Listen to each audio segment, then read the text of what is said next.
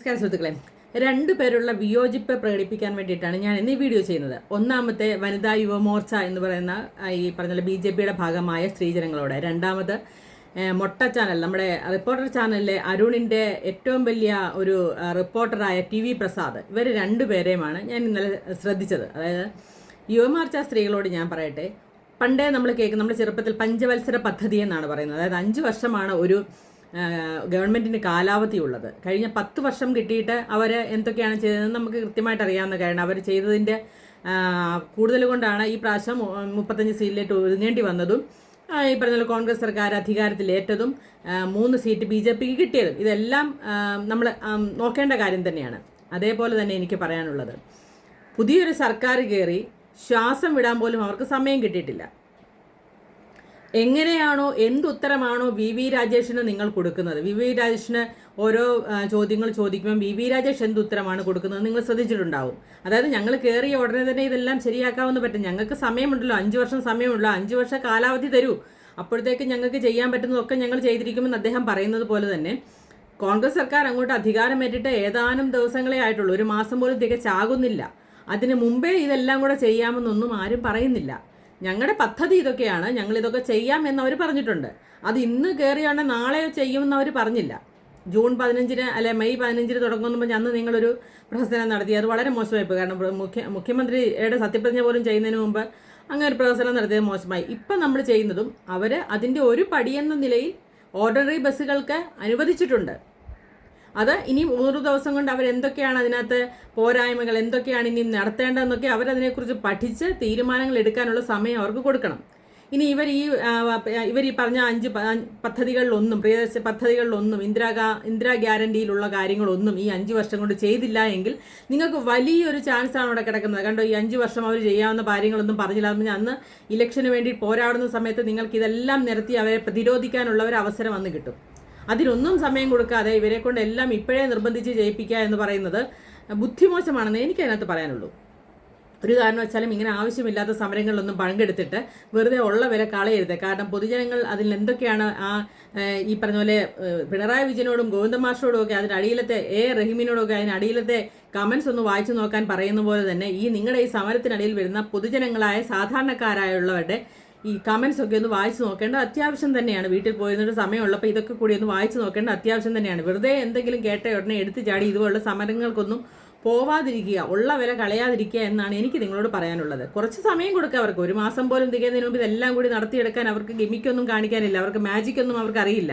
അവർ പഠിച്ചു വരട്ടെ, 10 വർഷം വെളിയിൽ നിന്നവരല്ലേ, അവർ പഠിച്ചു വരട്ടെ, അവർക്ക് ഇതിനകത്തെ കാര്യങ്ങൾ. പക്ഷേ കൈയടിക്കാതിരിക്കാൻ പറ്റില്ല. തൂഫാനും തണ്ടറും ഒക്കെ അടിപൊളിയായിട്ട് പോകുന്നുണ്ട്. ഈ പ്രാവശ്യം കയ്യടി, ഈ മന്ത്രിസഭയിൽ ശരിക്കും കയ്യടി നേടിക്കൊണ്ടിരിക്കുന്ന ഒരേ ഒരാൾ അത് നമ്മുടെ RC തന്നെയാണ്, രമേശ് ചെന്നിത്തല തന്നെയാണെന്ന് പറയാതിരിക്കാൻ പറ്റില്ല. ഇതേ രീതിയിൽ 10 വർഷം പോയിരുന്നെങ്കിൽ നമ്മുടെ നാട് ലഹരി വിമുക്തമായേനം എന്നുള്ള കാര്യത്തിൽ ഒരു സംശയമില്ല. അപ്പോൾ 10 വർഷം ഇവരെന്താണ് കാണിച്ചതെന്നുള്ളൊരു ഉത്തരമാണ് ഇപ്പം ഈ RC കാണിച്ചുകൊണ്ടിരിക്കുന്നത് എന്നും പറയാതിരിക്കാൻ നിവൃത്തിയില്ല. അതേപോലെ തന്നെ TV പ്രസാദിനോടാണ് എനിക്ക് പറയാനുള്ളത്,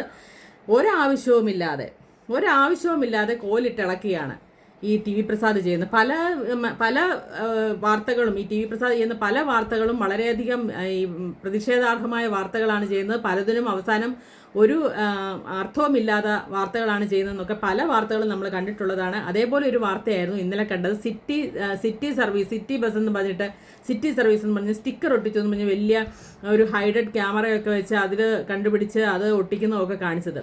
അതായത് ഈ സാധാരണ ബസ്സിൻ്റെയും സിറ്റി ബസ്സിൻ്റെയും ഒരേപോലുള്ള കളറാണ്. അതുകൊണ്ട് തന്നെ സാധാരണ ജനങ്ങൾക്ക് അത് അറിയില്ല. ഇപ്പം പ്രിയദർശിനി ബസ് എന്ന് എഴുതിയിരിക്കുന്നത് കാണാത്തവർക്ക് സിറ്റി ബസ്സിൽ കയറി ഫ്രീ കൊടുക്കണമെന്ന് പറഞ്ഞാൽ പറ്റുന്ന കാര്യമല്ല. അതുകൊണ്ട് തന്നെ അവർ സിറ്റി ബസ് ആണെന്നുള്ളതിനുള്ള സ്റ്റിക്കറും കൂടി അവർ ഒട്ടിച്ചു. കുറച്ച് ആൾക്കാർക്ക് പെട്ടെന്ന് കാണത്തക്ക രീതിയിൽ ഒട്ടിച്ചു എന്നുള്ളതല്ലാതെ ഈ സാധാരണ ഓർഡിനറി ബസ്സുകളുടെ എല്ലാം കുറേ ബസ്സുകൾ ഇവർ ഇത് വന്നപ്പോൾ, ഈ പൈസ കൊടുക്കണ്ട എന്നുള്ളൊരു നിയമം വന്നപ്പം ഇവർ സിറ്റി ബസ് ആക്കി എന്നാണ് TV പ്രസാദ് അവകാശപ്പെട്ടത്. പക്ഷെ അങ്ങനെ ആയിരുന്നില്ല സംഭവം.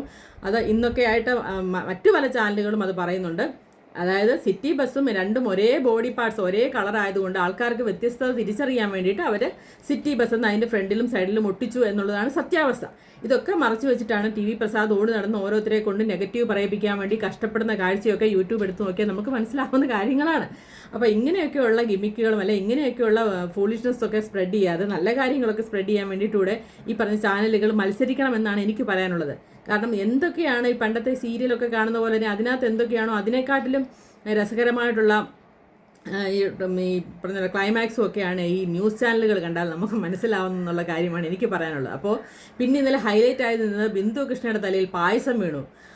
ഈ പറഞ്ഞ ചിലരൊക്കെ അത് ആദ്യമേ ഈ പറഞ്ഞ പഠിക്കൊണ്ട് കലമുടച്ചു എന്ന രീതിയിലൊക്കെയാണ് സംഭവിച്ചത്. അതൊന്നും നമുക്കൊരു പ്രശ്നമായിട്ട് എടുക്കേണ്ട കാര്യമൊന്നുമില്ല. അങ്ങനെ ഒരു അബദ്ധം പറ്റി, അതിനിപ്പം അതിന് വലിയ ഒരു ഹൈലൈറ്റ് ആയിട്ട് കൊടുക്കേണ്ട കാര്യമൊന്നുമില്ല. അതൊക്കെയായിരുന്നു ഏറ്റവും കൂടുതൽ വാർത്താ ചാനലുകളിലെ ഹൈലൈറ്റ്. അതൊന്നും ആയിരുന്നില്ല കാണിക്കേണ്ടത്. സ്ത്രീകൾക്ക് പല സ്ത്രീകൾക്കും അത് പ്രയോജനം ചെയ്യുന്ന കാര്യങ്ങളാണ്. പ്രത്യേകിച്ചും വളരെ താഴ്ന്ന ജീവിത നിലവാരത്തിലുള്ള ചെറിയ ജോലികൾക്കൊക്കെ പോയി ചെറിയ വരുമാനത്തിൽ ജോലി ചെയ്യുന്നവർക്ക് ഇതൊരു വലിയ അനുഗ്രഹം തന്നെയാണ്. പക്ഷേ ചിലർക്ക് അതുകൊണ്ട് ഒരു പ്രയോജനമില്ല. കാരണം ഈ ട്രാൻസ്പോർട്ട് ഓർഡിനറി ബസ്സുകൾ ഇല്ലാത്ത റൂട്ടിലുള്ളവർക്ക് ഇതുകൊണ്ട് ഒരു പ്രയോജനം കിട്ടില്ല എന്നുള്ളൊരു പ്രശ്നം അതിനവിടെയുണ്ട്.